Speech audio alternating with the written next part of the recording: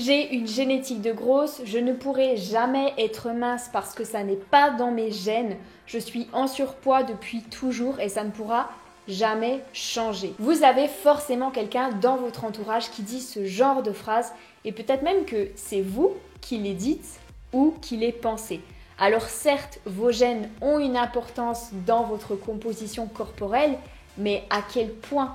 À quel point votre génétique peut limiter votre perte de poids et est-ce que les besoins caloriques de deux individus ayant exactement le même profil peuvent être très différents. Vous êtes plusieurs à avoir attendu la vidéo d'aujourd'hui, donc je ne vous fais pas plus attendre, on y va, c'est parti. Comme d'habitude, on va se baser sur des petites études très sympathiques que j'ai trouvées et qui vont nous permettre de répondre à toutes ces questions. Alors, tout d'abord, sachez que tous nous avons des besoins caloriques puisque c'est grâce à ça que fonctionnent nos organes, nos muscles, etc. Et a priori, il me semble quand même que tout le monde a des muscles et des organes. Ce qui veut dire que si vous n'apportez plus de calories à votre corps, vous finirez par mourir. Alors pas du jour au lendemain évidemment, sinon ça saurait, mais au bout d'un certain temps, ça sera le cas. Votre corps s'arrêtera de fonctionner, parfois au bout de plusieurs semaines, parfois au bout de plusieurs mois. Ça va dépendre de plusieurs facteurs. Maintenant, est-ce qu'il y a un moyen de connaître exactement vos besoins en calories ? Alors ici, on va uniquement parler des besoins de votre métabolisme de base, c'est-à-dire les calories dont votre corps a besoin pour qu'il fonctionne de manière optimale. On ne va pas parler de votre métabolisme énergétique puisque lui prend en compte les besoins de votre métabolisme de base mais aussi tous ceux de toutes vos activités. A priori, je dis bien a priori, il y a des formules qui permettraient de faire ce calcul. Et ce sont ces formules sur lesquelles se basent les calculateurs de calories en ligne qu'on retrouve un petit peu partout.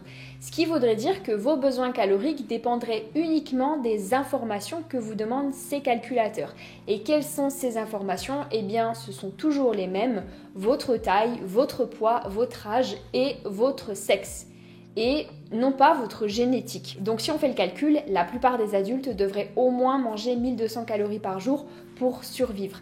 Et là encore, j'ai fait un calcul ultra pessimiste, puisqu'en vrai, la plupart des adultes font plus de 50 kilos et ont donc des besoins supérieurs. Sauf que ça colle pas trop avec le discours populaire qui est « je suis obligé de manger 1200 calories par jour pour ne pas grossir ». Alors pour vérifier la fiabilité de ces formules, une petite étude a été réalisée sur 43 personnes obèses qui faisaient plus de 120 kg ou 120 kg. Pour déterminer de manière certaine quels étaient les besoins caloriques, les chercheurs ont utilisé plusieurs appareils mesurant la composition corporelle des individus ainsi que leur consommation d'oxygène. Pour rappel, la composition corporelle, c'est tout simplement le taux de masse grasse et le taux de masse maigre. Et ensuite, les résultats ont été comparés avec ceux de la formule d'Harris-Benedict, qui est celle que l'on retrouve un petit peu partout.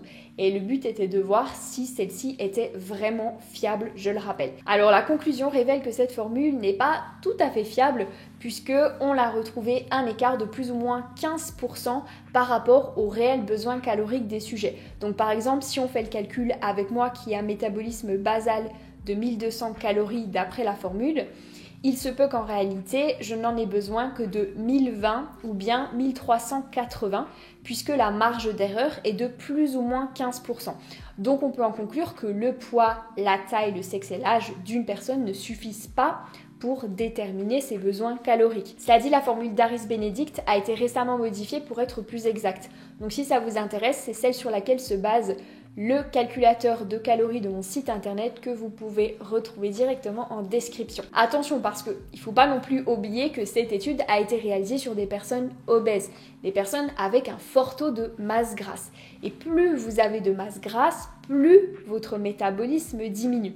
Alors attention, je vais expliquer ce que ça veut dire parce que c'est peut-être pas ce à quoi vous vous attendez. Plus vous allez prendre du poids, que ce soit de la graisse ou du muscle, plus vos besoins vont augmenter, ça on est d'accord. Sauf qu'atteint un certain stade, les kilos de graisse accumulés consommeront de moins en moins de calories. Ils en consommeront toujours, attention, mais de moins en moins. Sinon, ça voudrait dire que toutes les personnes obèses mangent des quantités astronomiques de nourriture. Et on voit bien que ce n'est pas le cas.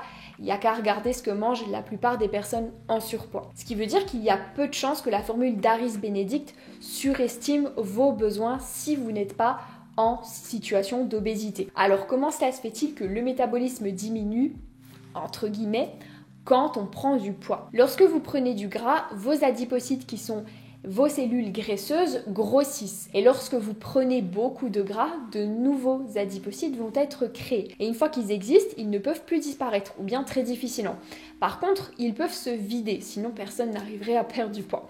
Sauf que c'est très facile de les remplir à nouveau. Et c'est ce qui explique en partie, je dis bien en partie, que beaucoup de personnes qui perdent du poids le reprennent. Et oui, vous devez avoir un surplus calorique important pour créer ces nouvelles cellules. Alors qu'une fois qu'elles sont là, elles sont là. Mais attention, parce que ça ne veut pas dire non plus que votre métabolisme peut être cassé comme on peut parfois l'entendre. Et ça, pour vous le démontrer, il y a une petite étude de 2016 qui a été réalisée et qui prouvait que le métabolisme diminuait jusqu'à environ 12% après une perte de poids. Ce qui est tout à fait normal puisque, comme je vous l'ai dit juste avant, vos besoins caloriques baissent lorsque vous perdez du gras. Alors juste pour info, elle a été réalisée sur des personnes obèses ayant perdu 10% de leur poids corporel. Et on a constaté qu'au-delà d'une perte de poids de 20%, le métabolisme ne diminuait plus puisque, comme je vous l'ai dit en début de vidéo, votre cœur, votre cerveau, votre foie, etc. continueront à utiliser des calories pour pouvoir fonctionner.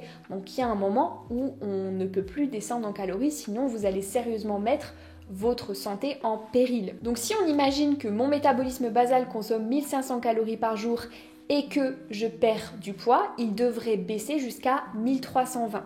Donc contrairement aux croyances populaires, votre métabolisme ne va pas se casser ou diminuer complètement énormément après un régime. Après ça c'est très subjectif. Par exemple, mon chéri qui est là-bas trouve que 12% c'est beaucoup. Mais tout ça signifie bien que vos adaptations métaboliques ne sont probablement pas la cause de votre stagnation dans votre perte de poids. Maintenant qu'on a éliminé pas mal d'hypothèses, on peut se demander si cette stagnation ne vient pas d'un dérèglement hormonal puisqu'on entend beaucoup parler de ça en ce moment. Généralement, quand on parle de dérèglements hormonaux, on parle d'une thyroïde un petit peu fainéante, parfois une hypothyroïdie ou bien d'un taux de cortisol un peu trop élevé. Ce sont vraiment les dérèglements hormonaux qui reviennent le plus souvent.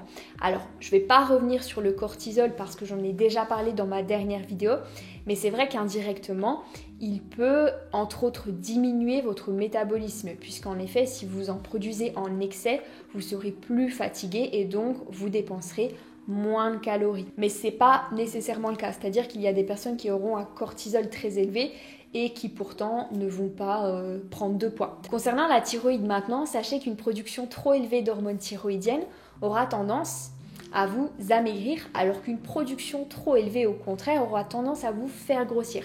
C'est d'ailleurs pour ça que les personnes en hypothyroïdie en prennent en supplément. Et vu que c'est un médicament qui fait beaucoup maigrir, certaines personnes en ont abusé, je ne sais plus vers quelle année exactement, mais croyez-moi qu'elles en ont subi les conséquences, puisque le problème de ce genre de médicaments est qu'ils peuvent dérégler complètement votre production d'hormones thyroïdiennes. Bref, les personnes qui ont une petite hypothyroïdie, ça existe, on est d'accord, mais les personnes qui ont une grosse hypothyroïdie ou n'importe quel autre dérèglement hormonal au point où ça complique beaucoup leur perte de poids, ça ne représente qu'une minorité.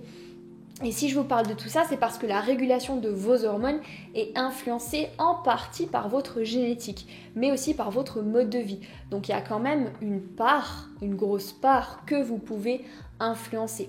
Plus vous adopterez un mode de vie sain, moins vous stressez, mieux vous dormirez, mieux vous mangerez et mieux vos hormones se réguleront.